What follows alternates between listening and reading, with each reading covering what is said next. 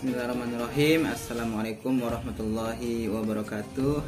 Perkenalkan, saya Muhammad Abdul Sofirin, mahasiswa program studi pendidikan dasar, program magister sarjana Universitas Muhammadiyah, Profesor Dr. Hamka.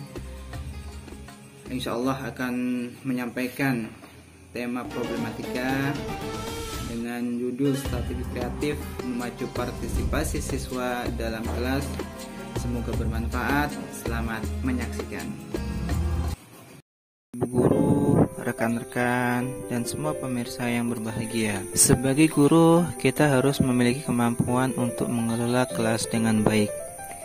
Salah satunya yaitu dengan menghidupkan suasana pembelajaran yang interaktif. Hal yang kita temukan di sekolah biasanya hanya beberapa saja yang berpartisipasi dalam pembelajaran. Padahal objek peserta didik kita di sekolah adalah seluruh siswa yang ada di kelas kita. Tentu saja kita sebagai guru tidak ingin kelas kita sepi, hanya beberapa yang berani menunjukkan keterlibatannya dalam pembelajaran, dan biasanya hanya itu-itu saja orangnya. Oleh karena itu, saya mencoba memberikan beberapa strategi agar suasana kelas kita hidup dengan interaksi yang seharusnya terjadi di sebuah lingkungan pendidikan. Strategi yang pertama adalah kenal. Ya, tak kenal maka tak sayang. Kita sebagai guru wajib mengenal seluruh siswa, karena mereka adalah tanggung jawab kita di sekolah. Hal ini mungkin tidak begitu sulit untuk dilakukan oleh wali kelas. Tapi bagi Anda sebagai guru materi pelajaran khusus yang mengajar di kelas paralel, tentunya akan sedikit menjumpai kesulitan. Meskipun demikian, Anda harus tetap berusaha mengenal siswa satu persatu beserta karakter masing-masing. Hal ini terdengar sepele Bapak Ibu guru, namun efeknya sangat signifikan. Luar biasa sekali. Misalnya kita menunjuk salah satu siswa, kemudian kita menyebut namanya, dan kita memberikan sebuah pertanyaan langsung kepadanya. Secara psikologis, cara ini akan membangun iklim kondusif dalam kelas. Mengapa? Siswa merasa akrab dan senang karena mereka ditunjuk, mereka diakui bahwa dirinya ada di kelas tersebut. Strategi yang kedua yaitu pancing kerjasama. Salah satu kunci penting agar siswa saling berinteraksi mengenai topik yang dibahas adalah kerjasama. Coba berikan siswa proyek yang harus dikerjakan secara bersama-sama. Kita akan menentukan anggota kelompoknya. Nah, inilah mengapa penting sekali kita mengenal karakter masing-masing siswa kita. Tentunya di kelas kita ada yang rajin, pintar, pasif, tidak mudah bergaul. Maka semua itu harus dicampur dalam satu kelompok. Jangan sampai berat sebelah. Ada kelompok yang berisikan anak semua pintar, dan sebaliknya satu kelompok isinya orang-orang yang pasif. Tentunya kelas tidak akan berjalan sesuai keinginan kita. Dengan kerjasama, siswa akan merasa terdorong bekerja sama satu sama lain.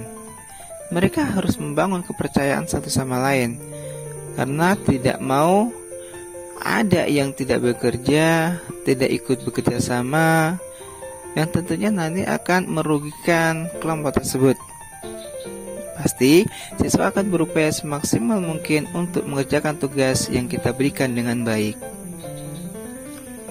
Strategi yang ketiga yaitu keep moving. Cara ini dilakukan masih dalam bentuk berkelompok. Masing-masing kelompok memiliki topik yang berbeda-beda ya untuk dibahas. Sebagai contoh, topiknya adalah suku-suku di Indonesia. Kelompok A membahas suku Jawa, kelompok B membahas suku Sunda, kelompok C membahas suku Betawi, dan seterusnya. Kemudian, setiap anggota dalam kelompok harus berpindah-pindah kelompok. Jadi, tidak diperkenankan berada dalam satu kelompok yang sama dari awal hingga akhir. Nah, Apabila sudah selesai, kita tunjuk secara bergantian untuk mempresentasikan tugas kelompok yang sudah dikerjakan. Maka akan terbentuk dalam pengerjaan tugas tersebut sebuah organisasi kecil. Ada yang menjadi ketuanya, sekretaris, sampai ada juru bicaranya. Strategi yang keempat adalah pengaturan denah tempat duduk. Setelah mengenal karakter siswa, mengatur denah tempat duduk juga sangat penting. Siswa yang cenderung pasif, maka kita harus menempatkannya dengan anak yang aktif. Begitu sebaliknya, anak yang aktif harus kita pindah dengan anak yang pasif. Tujuannya sudah pasti. Ketika siswa yang aktif tersebut ditempatkan bersama dengan anak yang pasif, maka akan terjadi interaksi. Karena anak yang aktif tersebut pasti akan mencoba bertanya kepada anak yang pasif, yang nantinya akan timbul interaksi di antara keduanya. Strategi yang kelima adalah beri pertanyaan level tingkat tinggi. Selama ini, pertanyaan-pertanyaan seperti apa yang Anda berikan kepada siswa Anda di kelas? Apa seputar sebutkan nama-nama bunga? Atau sebutkan nama-nama ikan? Atau sebutkan tumbuhan monokotil dan dikotil? Sejatinya pertanyaan demikian hanya akan mendorong siswa untuk mengingat atau menghafal materi yang sudah kita sampaikan sebelumnya. Agar dapat memancing siswa untuk aktif, maka kita harus mulai meningkatkan level pertanyaannya. Hal ini ditujukan supaya siswa turut berpikir. Jika mengetahui sejauh apa pemahaman siswa terhadap materi yang sudah kita ajarkan. Seperti apa pertanyaan level tingkat tinggi itu? Pertama, contohnya, apa yang harus dilakukan seorang murid agar bisa menerima pelajaran dengan baik? Kedua, mengapa kalian berpendapat seperti itu? Ketiga, apakah yang bisa kalian terapkan dalam kehidupan sehari-hari dari pelajaran tersebut? Pertanyaan-pertanyaan di atas membuat siswa menggabungkan beberapa informasi yang mereka punya, kemudian mengelolanya untuk menemukan jawaban. Jadi, jawaban yang diberikan tidak hanya berdasarkan mengingat sebuah informasi saja. Maka, silakan Bapak Ibu Guru membuat banyak variasi pertanyaan yang menarik. Misalnya dengan menghubungkan teori dan kasus terbaru yang sedang hangat-hangatnya beredar di sekeliling kita. Selain itu, kita juga bisa menyertakan gambar atau alat peraga guna menarik perhatian peserta didik kita. Strategi yang keenam adalah tricky. Untuk menghidupkan suasana pembelajaran kita memang harus secara berkala melibatkan siswa dengan beberapa pertanyaan. Jika ada siswa tidak memberikan reaksi yang seperti kita harapkan, jangan langsung panik, jangan pesimis terlebih dahulu. Siswa butuh menyusun kata-kata dan mengumpulkan keberanian untuk menjawabnya. Bahkan, siswa perlu lebih lama untuk terbiasa mengutarakan pendapatnya secara lisan. Hal itu tidak masalah jika suasana kelas menjadi senyap sementara. Mungkin mereka sedang berpikir, maka beri waktu mereka.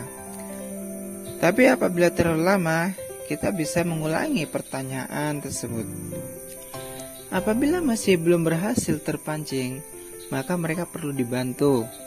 Coba arahkan agar jawaban mereka ditulis terlebih dahulu di dalam buku masing-masing. Kemudian, setelah siswa itu menulis jawaban di bukunya, siswa bisa membaca apa yang telah ditulis di depan kelas dan didengarkan oleh murid-murid lainnya. Strategi yang ketujuh adalah salah itu bukan masalah. Poin ini sangat penting Bapak Ibu Guru semua. Banyak siswa yang tidak berani bicara karena takut melakukan kesalahan. Sebenarnya hal ini terbilang lumrah. Peran kita sebagai guru adalah meyakinkan siswa bahwa mereka tidak akan disalahkan, tidak akan ditertawakan atau dipermalukan jika menjawab pertanyaan kita dengan jawaban yang salah. Namanya juga belajar. Wajar tentunya kalau menjawab dengan kesalahan. Apabila salah, kita cukup katakan belum tepat, bukan salah. Tidak perlu ditekankan bahwa mereka salah, karena akan membuat nyalanya ciut, bahkan bisa merusak mentalnya.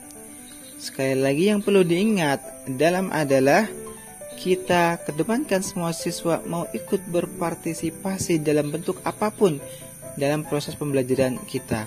Dan salah satu poin besarnya adalah salah atau benar yang mereka jawab itu adalah nomor sekian. Bapak Ibu guru dan rekan-rekan semua, demikianlah 7 strategi yang saya sampaikan.